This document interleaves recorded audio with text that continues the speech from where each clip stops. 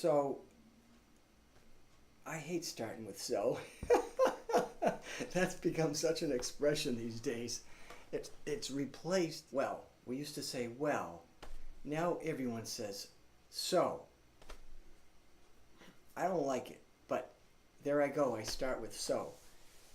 Let me just briefly introduce this video segment, and just to say that I had done a bit on how you might name or write the chord symbol for a C7 chord that Kyle had come up with that he liked.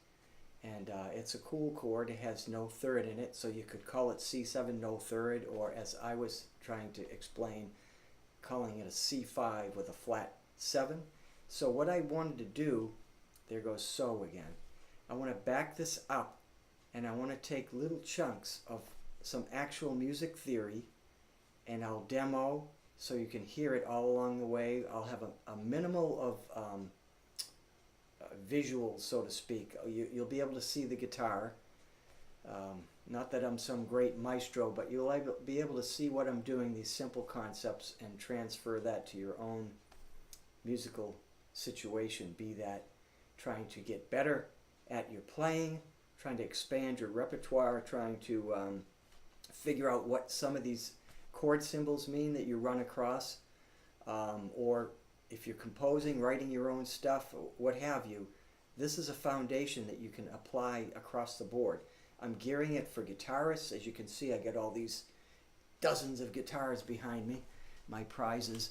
And so it's geared for guitar players, but really anyone is going to be able to enjoy and get something out of this. If it's too elementary, I would appreciate you passing this along to perhaps someone that's more at a beginner stage or intermediate, or I think there are gaps in all of our knowledge base, and then to get back again, this will be dealing at the start with chords, how to build chords based off of the major scale, really basic stuff.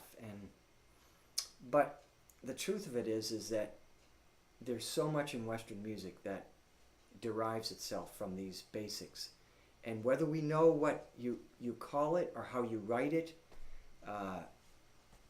is not as important as how it sounds, so that you can incorporate it into your own playing, into your own style or playing situation, or into your own writing. Now, there are some unbelievable musicians in the jazz field that I've heard that don't even know what you call chords. They call them cousins and brother-in-laws and this and that, all related to the main chord. And we'll talk about some of that, extended chords, tensions, and so forth. But what we're going to start with is just the basic scale with the various steps up through the scale called intervals. And basically an interval is just the distance between two notes. From there we'll spread out. There's so much you can do. It's just it's a lifelong endeavor.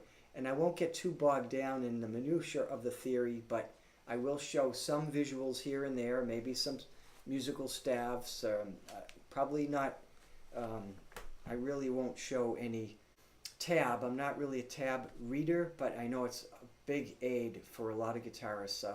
So I apologize right up front. I'll show some chord diagrams here and there, and we'll talk about that. But mainly I'll try to play the sounds so that you can hear what it sounds like and explain from my understanding what it is that we're hearing. So with that said, let's get into our first little segment here.